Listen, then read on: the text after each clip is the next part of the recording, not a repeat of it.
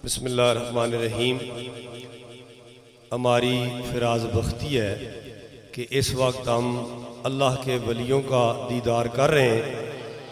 आलम इस्लाम की अजीम शख्सियत सरमाया मिल्लत इस्लामिया हज़रत मुर्शद गिरामी किबला पीर मोहम्मद अब्दुल्ला जान साहब मत्तान अल्लाहु बितूल हयातिही बदर मिल्लत मुर्शद करीम हज़रत किबला पीर मोहम्मद बदर आलम जान साहब मद्दज़िल्लुल आली हज़रत अल्लामा फ़ाज़िल अजल आलम बदल मौलाना साहबज़ादा खालिद महमूद ज़ियाल खैरी।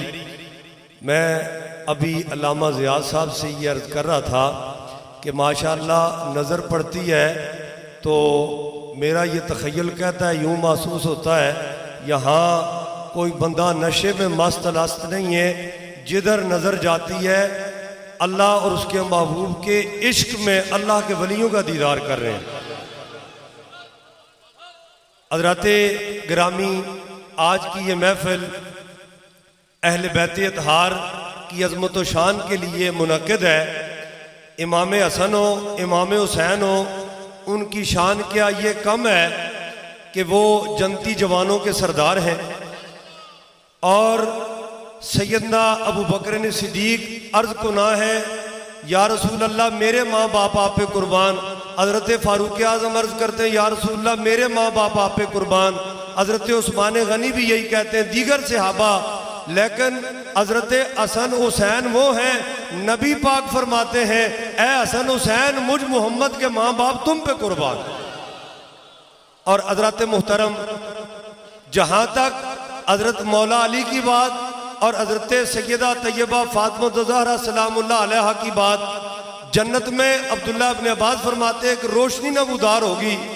कोई कहेगा सूरज चमका है, आवाज़ आएगी नहीं चांद की रोशनी है।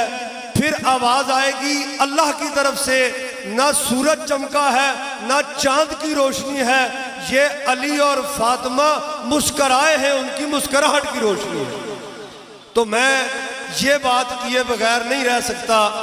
मैं इंतहाई शुक्रगुजार हूँ और मैं ये समझता हूँ कि ये बख्शिश का सामा है यहाँ पर हाज़री लगाना। और मैं ये बात ज़रूर करता हूँ कि जितने आने वाले हैं बस इस बात को आपने दिल की कानों से समात फरमाना है और दिल की तख्ती पे लिखना है। जो मुझे वक्त दिया गया इंशाअल्लाह उससे बहुत पहले मैं बात ख़त्म करता हूँ। इस बात को आपने तवज्जो से सुनना है क्या कि हज़रत सैयदना पीर मेहर अली शाह साहब रहमतुल्लाह अलैह की बारगाह में एक शख्स आया, हुजूर मैं आपका मुरीद होना चाहता हूँ, या हज़रत मुझे अपनी बैत में कबूल फरमाएं। मुसलमानों और हमारे पीर भाइयों अपनी किस्मत पे नाज करो, जो आता है लजपाल कबूल फरमा लेते हैं। ताजेदारे गोल्डा ने फरमाया अभी बैत नहीं करनी, हम तुझे मुरीदी में शामिल नहीं करेंगे। वो अर्ज को ना हुआ, चंद दिनों बाद आपने बैत फरमाया और कुछ दिन गुजरे, उसने कहा ऐ सैयदना मेहर अली मैं चाहता हूँ, आपने मुरीद तो फरमाया है, अब मुझे खिलाफत भी इनायत फरमाएं। आपने फरमाया कि अभी जो है तुझे बहुत कुछ सीखना पड़ेगा, इस काबिल नहीं कि मैं तुझे खिलाफत दे दूं। जितने खुलाफा बैठे हैं वो अपनी किस्मत पे नाज करें। इस बात के सुनने के बाद बखूबी अंदाजा होगा कि ये कितनी बड़ी बात है कि मुर्शिद किसी को खिलाफत दे दे। फरमाया जा भी सीख। वो चला गया, 12 साल बाद आया।